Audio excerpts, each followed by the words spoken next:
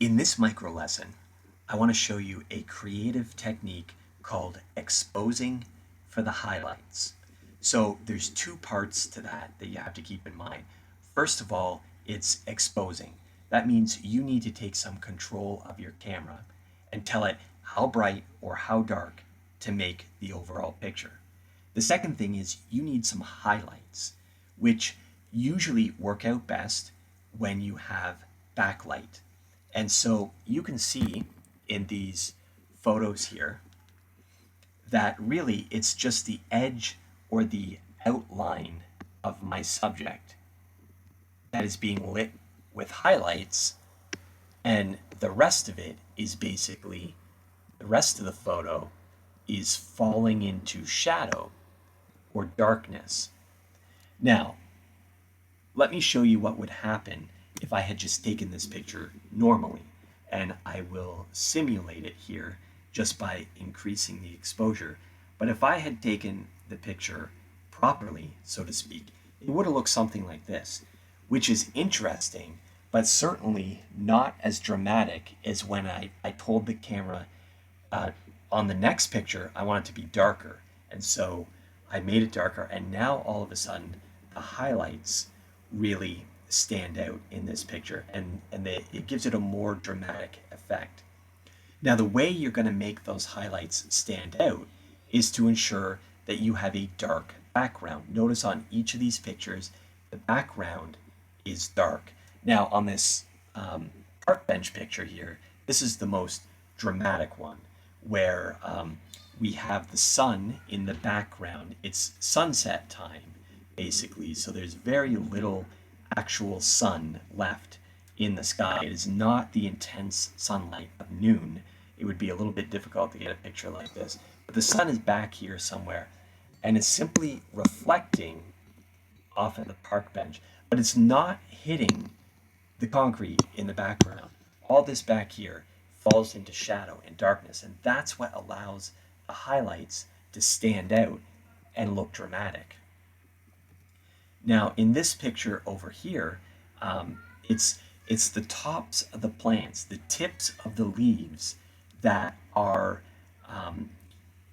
coming up out of the shadows, and they're getting that last bit of daylight is skimming across the tops of these, whereas everything else, notice most of this picture is pockets of shadows. Now again, if I had taken this picture properly, it wouldn't look so dramatic. When I say properly, I mean if I had made the picture look exactly the way my eyes saw it, we wouldn't have all of these dramatic little highlights and shadows in this photo.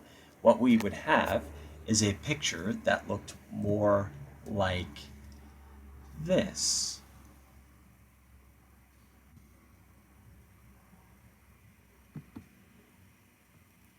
Would have looked something even more like this. We look a lot more like that. This is approximately what my eye saw. And I saw the potential in this photo for this technique of exposing for the highlights, getting a picture where the highlights look nice and bright, but the rest of the photo falls into darkness. So after I snap this first photo, I say, nah, that's not how I want it to look.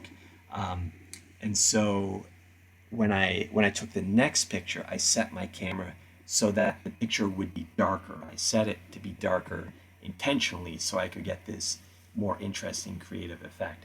Now this photo of the fern leaves here is the most subtle. We don't really have the edges of the plant being highlighted like the other photos, but we still do have these pockets of shadow here. And I was walking into my house from the driveway, and I saw the potential for this. I saw just again, your eye sees things a little bit differently. You have to see the potential in things. I noticed part of this picture was darker, and I noticed that part of this picture was brighter, and then I set my camera to make the picture a little bit darker than it would have wanted to. Say, for example, if I was on auto mode, or if I was on aperture priority. And I'm often using either manual mode or most of the time I'm using exposure compensation because I like to use aperture mode. And then exposure compensation allows me to tell the camera, hey, make the next photo a little darker or a little brighter or whatever I want it to be. So you can check out the micro lessons on exposure, on aperture, on exposure compensation, and you can get some help there. But go out and practice this technique of exposing for the highlights. You need to learn to see the potential. You need to learn to, to see a picture where there's a little brightness and a lot of darkness, and then you need to photograph it so that it's a nice, deep, dark photo, and you allow those highlights to really shine.